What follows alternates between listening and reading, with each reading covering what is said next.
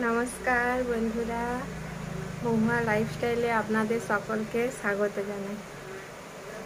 বড়রা আমার প্রণাম নেবেন এবং ছোটদেরকে অনেকখানি ভালোবাসা জানাই আমার চ্যানেলে।